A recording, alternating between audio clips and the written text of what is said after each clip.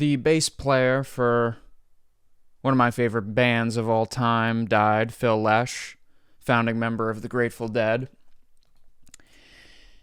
He actually died on the day I was recording, died on the morning of the day I was initially recording this, so when I paused, that's when I found out that he had died.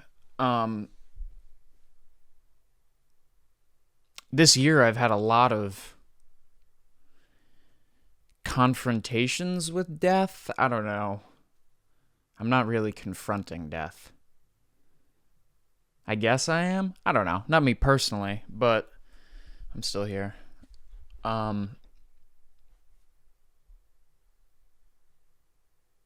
Just a lot of people I admire. Family, People get old. And we don't live forever. At least not on this plane of existence. But yeah, whenever someone dies, sometimes you will make you think, what is death? What happens? Really the big thought that I had after hearing of Phil's passing and how it made me reflect on death and think about death is the weight of every decision you'll ever make in your life. You only get one today, and every decision you make today, that's it. There's no do-over. There's no, give me a try again. Nope. For whatever day it is, every decision you make, that's the decision you make. That's the decision you have made. Better make some good frickin' decisions. And it's like the good decisions you make compound on themselves, just like the bad ones do.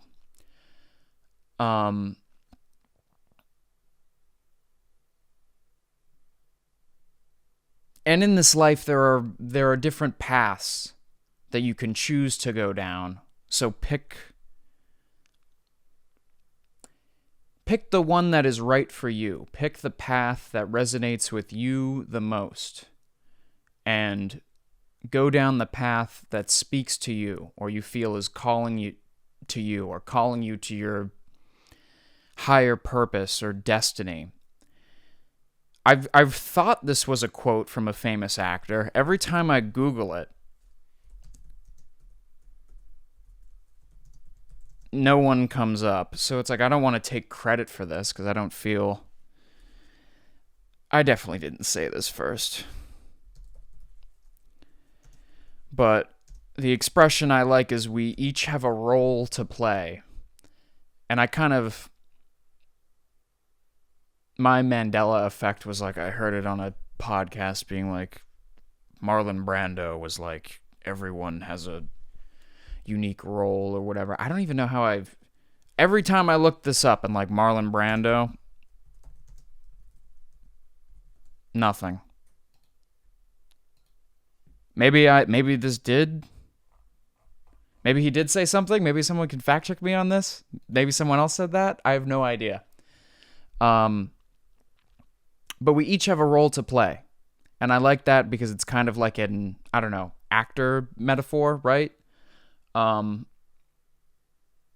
you're an actor, you become another person. You become the character. You're playing a character. You're playing a role. Each one of us, we are spiritual beings. We are all spiritually connected, fundamentally. We are all one. I was kind of saying this earlier in the episode, I'm pretty sure. We are all one, and we're all unique manifestations of the universe. And within each of us, I do personally, I don't know, like, do I believe in destiny? I don't know. Because do things have to end up a certain way? I don't think they do. But I kind of like the idea of determinism, where the natural setup of circumstances or whatever can lead to a specific outcome that can feel like destiny or some sort of cosmic force is putting its finger on the scale, but really it's just the natural. It's what would happen if you did said sequence of events. This is the natural outcome of said sequence of events, if you can understand what I'm saying. I can hardly understand what the hell I'm saying. I hope I'm explaining. Let me just... Determinism. I'll just read the definition here from the Google AI. Determinism is the philosophical and scientific theory that all events in the universe are caused by previous events and are therefore inevitable. So, coming back to more of like grand worldview and world and life philosophy, thoughts or whatever. Albert Hoffman, the inventor of LSD, said that when he was a child, one of the things that made him, after the fact, in hindsight, he's like, why did I become a chemist? Why did I, how did this happen? Or whatever. And he said, I had some mystical experiences as a child, I think just in like nature. I believe that's what he said. With no influence of psychedelics or any drugs or whatever. And that made him fascinated in the natural world. And then he wanted to be a chemist. So, I mean, again, it's like, I don't know, was Albert Hoffman destined to have those experiences? Was it meant to happen? Or was he just a person who was given the set of characteristics or character traits or whatever that would be open to that sort of interpretation of the world, and then go out and act on it? So, I don't know. It's determinism and, fate, I guess, are, in a way, you could perceive them to be interconnected, as all things are.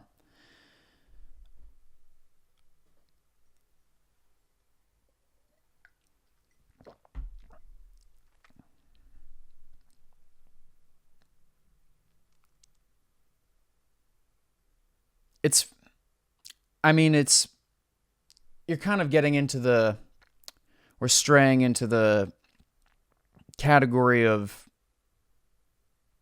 is there free will? And that's what is staring at me on the screen right now with determinism. Determinism is often contrasted with free will, the idea that people have the ability to make decisions independently of any previous events. This is kind of how I perceive it to be, because it's the Nick Moore Show, and I'm Nick Moore. This is my perception of the world. Like I was saying earlier, you have a path. You have a role to play. You have a role. We each have a set of skills. We are each given a set of characteristics that naturally make us more inclined or suited for certain tasks or things or whatever. Take LeBron James, for example. He's a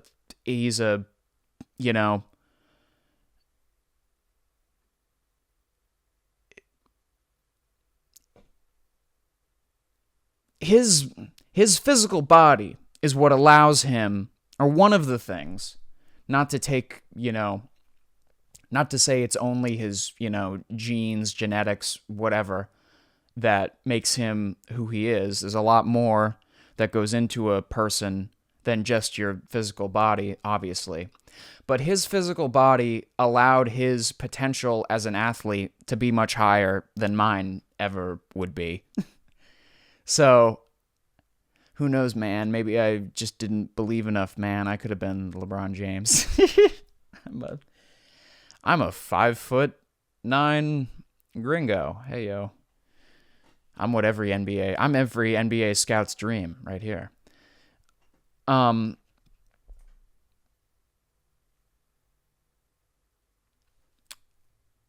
I do feel that in some way we are each given a certain skill set or whatever. I don't know if skill set's the right phraseology I'm looking for. Um, Character traits, personality. I don't know. On some level, you're meant to excel at a certain thing, in my mind. And the strange thing to me, at least, is that it feels like that thing, whatever the thing that thing kind of like speaks to you, I guess, in a sense, or it's like talking to you. Like, like, like for me personally, with wanting to, I mean, why do I do this? Why do I do this? Well, why do I do this?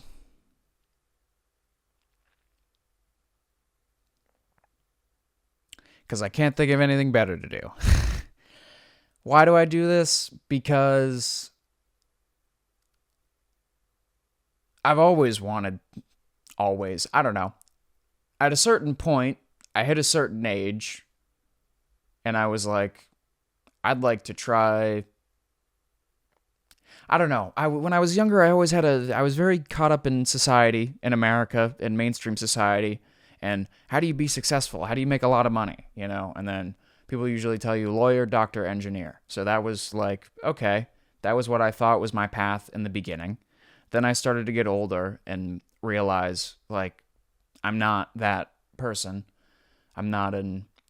I'm fascinated by the sciences and natural world and reality and medicine and all of those things. And really, though, I don't know, learning about how society really functions. I don't know, you kind of get this idea like society programs into your brain, do whatever you want for work. You can do no harm as long as you're working and contributing to the GDP of America or whatever. But I don't know. I live in a state where there's a lot of defense contractors and a lot of people work for like Raytheon or Boeing or whatever. Raytheon is the big company in my state. And I always kind of debated, like, morally, like, I don't, it's like you're making guns and bombs and, literal, I don't know, you're just amplifying to the death and misery in the world. And that is a conscious choice. Like, you can be an engineer working for them. You can be an engineer working for, anyone else. And some people don't have, I mean, it's like some people, the situation they come from and, where they were raised or whatever, it's like you got to provide for yourself. You got to find a job and work somewhere. And sometimes, they're the only people who are hiring or whatever. But after that kind of realization personally, I said to myself, okay, if I want to be quote unquote successful in society, and that can mean many different things to many different people, I'd rather have it be through positivity instead of through negativity. One of the things that drew me to excuse me. One of the things that drew me to comedy, and again, like kind of like I was saying, certain things will speak to you or whatever. When I remember being young, seeing Robin Williams do stand up and like being like, "Ooh, that would be fun. Make all those people laugh." I always saw, and still I see him do comedy. I was watching him on the Tonight Show the other day on YouTube, just some old clips or whatever, just to watch some game tape. But his style of comedy is so different from mine. I'm more of like the stream of consciousness talk, I'm going to say so many good comedians, and this is going to just sound bonkers. I'm not saying I'm as good as these people, but I model my game after them. Richard Pryor, George Carlin, Bill Burr, Dave Chappelle. Less Robin Williams was he was a one of one because he was just so he was himself. He was Robin Williams. He was one of one, like I just said. But he was also very high energy on stage, very like always just firing on all cylinders constantly, it seems like. And I remember watching that and being like, "Oh, I could never do that. Like I'm not that as a performer." And that kind of made me, be like, "Oh, maybe this I'm not cut out for entertainment or show business or stand-up comedy." But Robin Williams is not Stephen Wright, and Stephen Wright is not Robin Williams. And comedy is very, very different. But basically, to bring this all around back to what I was saying earlier, I'm getting off on a different tangent, is that, you want to be a lawyer or, being a doctor is a noble.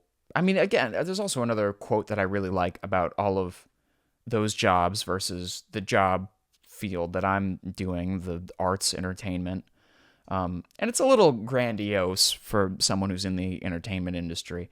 I think it goes something like this. It's like lawyer, doctor, engineer, all of those jobs are noble professions and they keep society functioning, which is 100% correct, and they are necessary.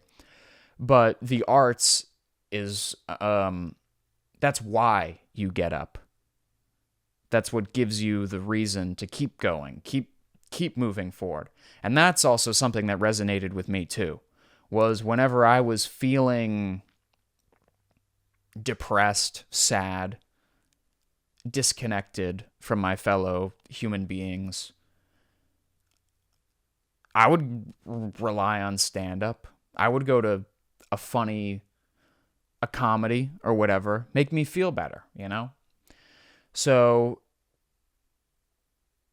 I guess also that's why I do this. If on some level I could provide any sort of knowledge, value, whatever, laughter, I don't give a fuck. Laugh at me. I don't care. I really don't. If it brings you value, then I've served my purpose. And with that, I'm going to wrap this episode up right there. Feels like a good spot. Thank you for listening. Thank you for watching. Thank you for joining me on this journey. The Nick Moore Show podcast. If you've made it this far, like, comment, subscribe. If you want, support the show. Subscribing is completely free. It is probably, honestly, the biggest way to help support in the YouTube algorithm. The show is now also on all major streaming platforms. Check out The Nick Moore Show on Spotify, Apple Podcasts, Amazon Music, right here on YouTube, if that's where you're watching this. Yes, The Nick Moore Show, we've transcended YouTube now. We're on all major platforms. But yeah, thank you for listening to me ramble on this one. Thanks for your time. Rest in peace, Phil Lesh. This is all a dream we dream one afternoon long ago. There we go. So yeah, thanks for listening. Have a good one. Peace.